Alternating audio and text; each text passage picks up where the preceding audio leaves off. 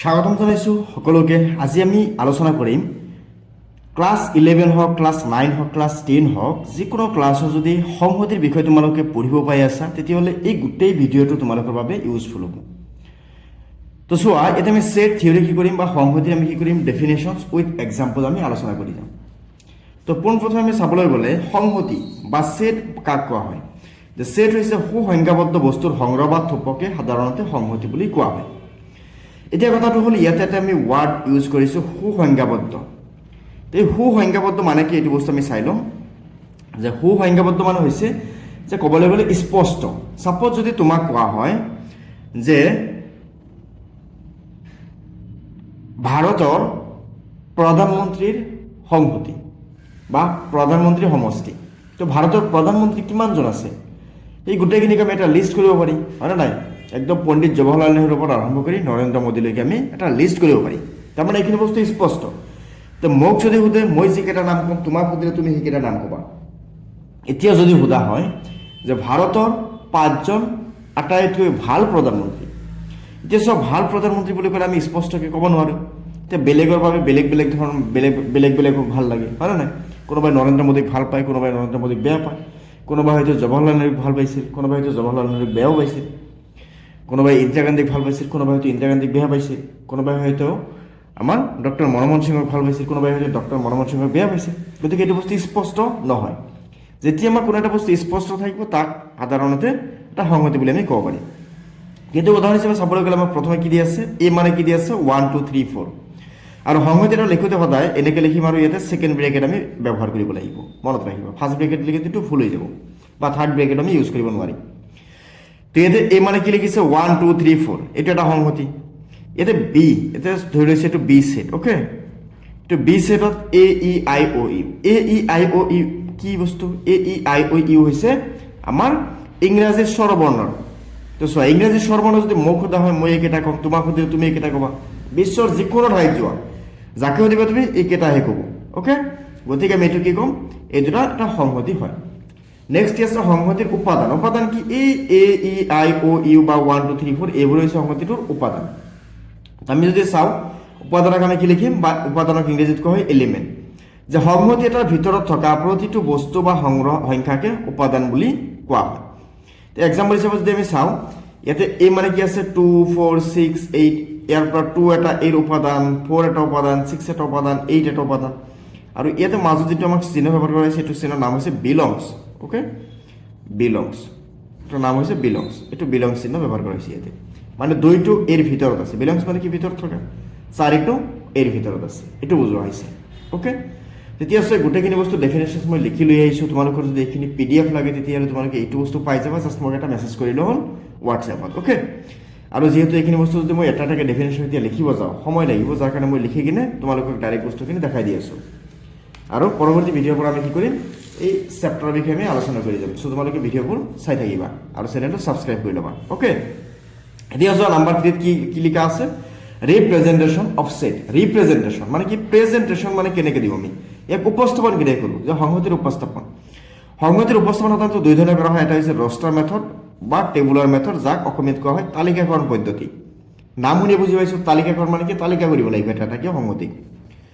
যে সংহতিৰ সকলো উপাদানক এবাৰ এবাৰকৈ লিখি প্ৰকাশ কৰা পদ্ধতিটোক তালিকাকৰণ পদ্ধতি বুলি কোৱা হয়। মানে এটা এটাকৈ আমি প্ৰতিটোক আমি লিখিব লাগিব।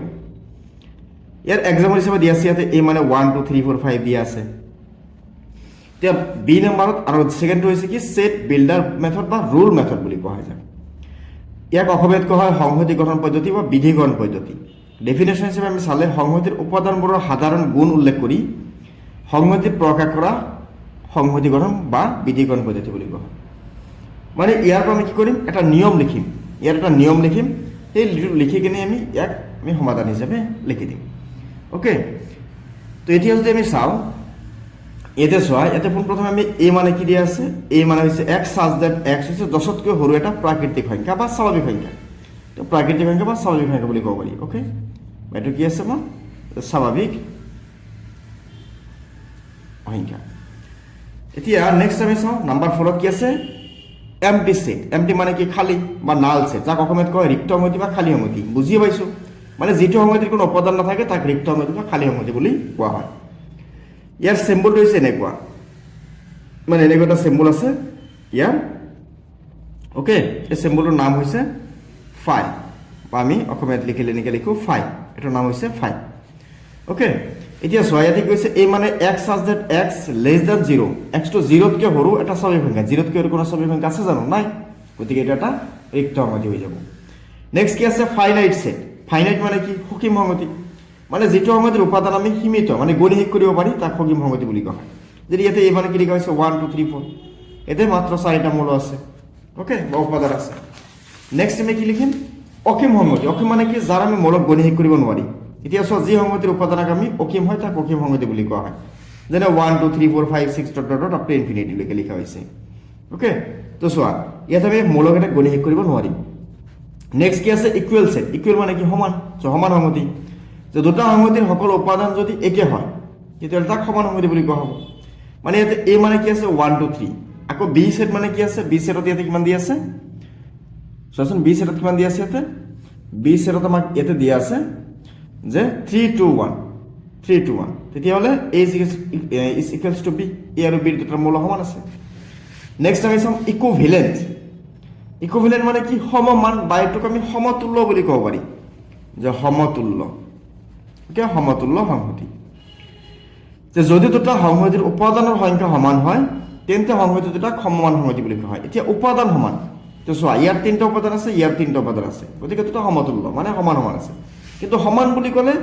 এক্সাক্ট মূলক এটা সেম সেম থাকিব লাগিব ঠিক আছে নেক্সট কি আছে সাবসেট মানে উপসংহতি যদি এ সংহতিৰ সকলো উপাদান বি সংহতিত থাকে তেন্তে এ হৈছে বি উপসংহতি মানে এটা আনটোৰ ভিতৰত সোমাই থাকে মানে এটো যদি এ হয় এটো কি হ'ব বি হ'ব তেতিয়াহ'লে এ কোৱা হ'ব উপসংহতি বি কোৱা হ'ব অধিসংহতি এতিয়া চোৱা এত কি আছে 1 আৰু 2 আছে 1 আছে 2 আছে বিত কি আছে 1 2 3 আৰু 4 তো চোৱা এত আছে 1 2 বিত আছে 1 2 3 4 তেতিয়াহ'লে এটোৰ ভিতৰত সোমাই আছে তেতিয়াহ'লে এ কোৱা হ'ব বিৰ সাবসেট আৰু এটোক এনেকৈ চিহ্নিত কৰা হয় বা এনেকৈ চিহ্ন দি লিখা ঠিক আছে এতিয়া আমি চাওঁ নেক্সট আমাৰ ডেফিনেশ্যন নম্বৰ 10 তেও কি কৈছে ইয়াতে প্ৰকৃত উপসংহতি আগতে পাইছিল উপসংহতি এবাৰ পাইছো প্ৰকৃত উপসংহতি তো চোৱা যদি এ বিৰ ভিতৰত সোমাই থাকে আৰু এ বিৰ সমান নহয় তেন্তে এ হৈছে বিৰ প্ৰকৃত উপসংহতি আৰু এটোক এনেকৈ সিম্বল দি লিখা হয় এনেকুৱা থাকিলে মনত ৰাখিবা যে এটো গৈ কেনে এ আৰু বি সমান হ'বও পাৰে কিন্তু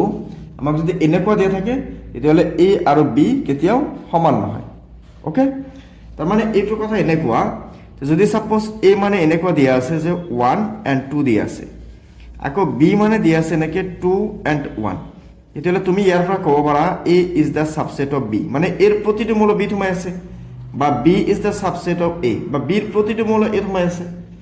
কিন্তু যদি এনেকুৱা দিয়া থাকে এটা পি দিয়া আছে সাপোজ এনেকুৱা পি দিয়া আছে এ কমা বি আৰু কিৱৰ্ড দিয়া আছে সাপোজ এ কমা বি কমা সি ওকে তেতিয়াহ'লে চোৱা কিৱৰ্ড এক্সট্ৰা এটা এলিমেণ্ট আছে সি আছে তেতিয়াহ'লে তুমি এইটো লিখিব লাগিব এনেকৈ যে P is the proper subset মানে প্ৰকৃত উপসংহতি কাৰ কিৱৰ্ড আৰু এই কিউটোক বাই বিটোক কোৱা হ'ব অধিসংহতি মানে ডাঙৰটোক কোৱা হয় অধিসংহতি ইউনিভাৰ্চেল সেট যাক অসমীয়াত কোৱা হয় সাৰ্বজনীন সংহতি বা সাৰ্বিক সংহতি বুলি কোৱা হয় ইয়াক মনত ৰাখিবা বা সাৰ্বিক সংহতি বুলিও কোৱা হয় এতিয়া আমি ইয়াতে কি ডেফিনেশ্যনটো কি লিখিম যে কোনো বিশেষ আলোচনাৰ ক্ষেত্ৰত সকলো উপাদান থকা সংহতিক সাৰ্বজনীন সংহতি বুলি কোৱা হয় ইয়াৰ চিম্বলটো হৈছে ইউ এইটো আমি পিছত চাম সাৰ্বজনীন সংহতি কেনেকুৱা নেক্সট কুৱেশ্যনতে তোমালোকে পাই যাবা মানে সবতকৈ ডাঙৰ যিটো সেইটো হৈছে কি সাৰ্বজনীন বা সাৰ্বিক সংহতি ইয়াতে আমি চাবলৈ গ'লে কি আছে নেক্সট আছে পাৱাৰ সেট বা ঘাত সংহতি চোৱা সংহতি এৰ সকলো সাম্ভাব্য উপসংহতিক লৈ গঠিত সংহতিটোক ঘাত সংহতি বুলি কোৱা হয় ইয়াক পি অফ এ লিখা হয় মানে পাৱাৰ সেট অফ এ এতিয়া ইয়াতে সাপোজ ধৰি লৈছো এ মানে দিয়া আছে এ বি আৰু ইয়াতে তেতিয়াহ'লে আমি কি পাম therefore P of A power set of A আমি কি পাম প্ৰথমে এটা আমি লিখিম ফাই তাৰপিছত আমি এ ক এবাৰ লিখিম এবাৰ বি ক লিখিম এবাৰ এ বি ক লিখিম ওকে এতিয়া যদি আমি চাওঁ যদি আমাক এনেকৈ দিয়া থাকে সাপোজ বাই চান্স আমাক এনেকৈ দিয়া আছে বি মানে এটা সেট দিয়া আছে ইয়াতে ধৰি লোৱা সাপোজ আছে 1 আছে 2 আছে 3 আছে তো পাৱাৰ সেট অফ বি কি হ'ব আমি এইটো বস্তু ইয়াতে চাই লওঁ ঠিক আছে তো চোৱা পাৱাৰ সেট অফ বি ইয়াতে কি আহিব তো পোনপ্ৰথমে আমি ইয়াতে কি লিখিম ইয়াতে আমি লিখিম এনেকৈ ফাই লিখিলোঁ তাৰপিছত লিখিম আমি ইয়াতে 1 আকৌ লিখিম আমি ইয়াতে 2 আকৌ লিখিম আমি ইয়াতে 3 তিনিটা গ'ল তাৰপিছত আকৌ আহিব 1 and 2 আকৌ লিখি দিয়া 1 and 3 আকৌ লিখি দিয়া 2 and 3 কেইটা হ'ল এটা দুটা তিনিটা চাৰিটা পাঁচটা ছয়টা সাতটা আৰু লাষ্টতে গোটেইকেইটা একেলগে লিখি দিয়া 1 2 আৰু 3 তাৰমানে ইয়াতে যে আমাক তিনিটা মৌল দিয়া আছিল 1 2 3 এই তিনিটা মৌলক তুমি বেলেগ বেলেগকৈ কিমান ধৰণে ছেট বনাব পাৰিবা বা সংহতি বনাব পাৰিবা সেই গোটেইখিনিক একেলগে লিখি দিলে সেইটো হৈছে পাৱাৰ ছেট বা ঘাতকগতি ইয়াতে চোৱা কেইটা মৌল আছে এটা দুটা তিনিটা চাৰিটা পাঁচটা ছয়টা সাতটা আঠটা মৌলই আহিব কেনেকৈ গম পাওঁ এইটোৰ পৰা তাৰমানে 2 to the power n nটো কি যে সংহতিৰ মৌল সংখ্যা সংহতিত কিমানটা মৌল আছে এতে তিনিটা মৌল আছে তার মানে 2 to the power 3 2 to the power 3 মানে কি 2 into 2 into 2 তার মানে কিমান 8 আকৌ এতে কি আছিল a আৰু b দুটো আছিল তার মানে 2 to the power 2 মানে কিমান 2 into 2 2 into 2 কৰিলে কিমান 4 তাৰ মানে এতে চাৰিটা মৌল আমি এনেকুৱা হৈছে আমাৰ কোৱেশ্চনটো আমি এনেকৈ আমি সলভ কৰিব লাগিব হৈ গ'ল এতিয়া চোৱা নেক্সট টাইম আছে নাম্বাৰ 13 আমাৰ কি দিয়া আছে নাম্বাৰ 13 ইয়াতে কোৱা হৈছে যে union of two set union চোৱা ইউনিয়ন মানে কি ইউনিয়নৰ সিম্বল তেনেকুৱা এতে দুটা সংহতিৰ উপাদানক একেলগে লোৱা সংহতিটোক ইউনিয়ন বুলি কোৱা হয় ধৰি লোৱা ইয়াতে a দিয়া আছে 1 2 3 b দিয়া আছে 3 4 5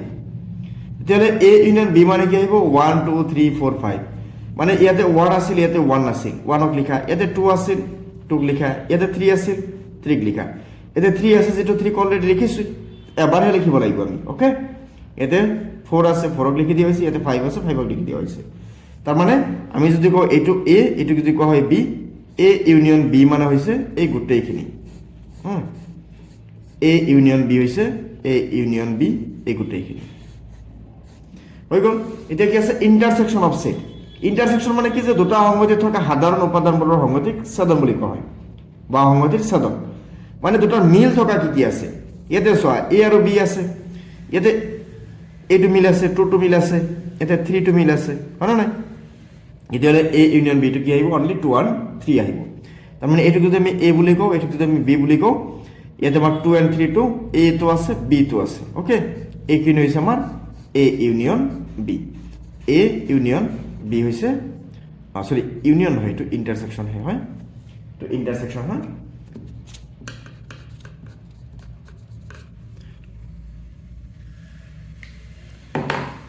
to a intersection b intersection b কোনখিনি এই এনেকে যে আমি আস্তানি সেইখিনি intersection b হৈ গল নাম্বার 14 এতিয়া আমি চাম নাম্বার 15 তো সোয়া নাম্বার 15 তোমার কি দিয়া আছে ইয়াতে কমপ্লিমেন্ট অফ সেট যাক অসমীয়াত কোৱা হয় পূৰক সংহতি তাৰ মানে যদি আমি চাও যে সাৰ্বজনীন সংহতি বা সাৰ্বিক সংহতি কি সবতকে ডাঙৰ এটো হৈছে সাৰ্বিক সংহতি ইউ ইয়াক লৈ কি আছে সাৰ্বজনীন সংহতিৰ ভিতৰত থকা কিন্তু এত নথকা উপাদানবোৰক লৈ গঠন কৰা সংহতিটোৰ এৰ পূৰক সংহতি বুলি কোৱা হ'ব এটো যদি এ হয় ইয়াতে এ মানে আমি কি ধৰি লৈছো ইয়াতে এ মানে ধৰি লৈছো বি আছে সি আছে এফ আছে আৰু ইউ মানে কি আছিল এ বি সি ডি ই2 আৰু এফ2 এফ2 ভিতৰত লিখিছো আমি দেখুৱা এ ড্যাশ ইয়াতে পূৰক সংহতি কেনেকৈ লিখা হয় এৰ ওপৰত ড্যাশ দিয়া হয় নাইবা এটো এৰ ওপৰত হৰকে সি দি লিখা হয় সি মানে কমপ্লিমেন্ট এনেকৈ লিখা হয় ওকে তে এ মানে আছে বি সি এফ ইউ মানে আছে কি A B C D E F এতলে a dash মানে কি ইউ মাইনাস এ ইউ মানে কি আছিল এইখিনি এ মানে কি আছিল এইখিনি তো ইয়াৰ পৰা এটো বি ক্যান্সেল কৰি দিয়া এটো সি ক্যান্সেল কৰি দিয়া এটো এফ ক্যান্সেল কৰি দিয়া থাকিল কি এ থাকিল ডি থাকিল ই থাকিল দেখিছো তাৰ মানে এইখিনি হৈছে আমাৰ এ ড্যাশ এইখিনি এৰিয়া হৈছে আমাৰ এ ড্যাশ টু এইখিনি মনত ৰাখিবা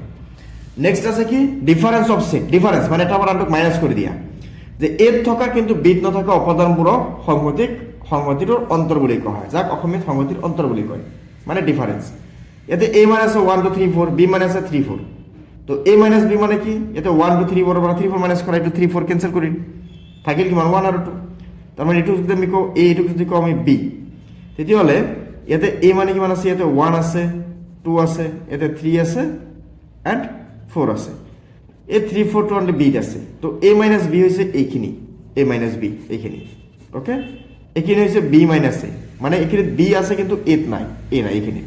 আর এইখিনি হৈছে কি a ইন্টারসেকশন b মানে ইয়াত থকা মানে কি a তো আছে b তো আছে আমি ডিফারেন্স উলিয়াব গ'লে আমি এনেকৈ উলিয়াম 3 4 3 4 কেনসেল গ'ল ইয়াৰ পৰা 1 আৰু 2 থাকিল ডিফাৰেন্স আৰু প্ৰবংগতিটো অলমোস্ট সেম দুটা বস্তু সেমে আছে ওকে এতিয়া আমি চাম নেক্সট কোশ্চেন নম্বৰ আমি এটা আমি চাম 17 তো চোৱা 17 আমি কি পাম ইয়াতে ভেন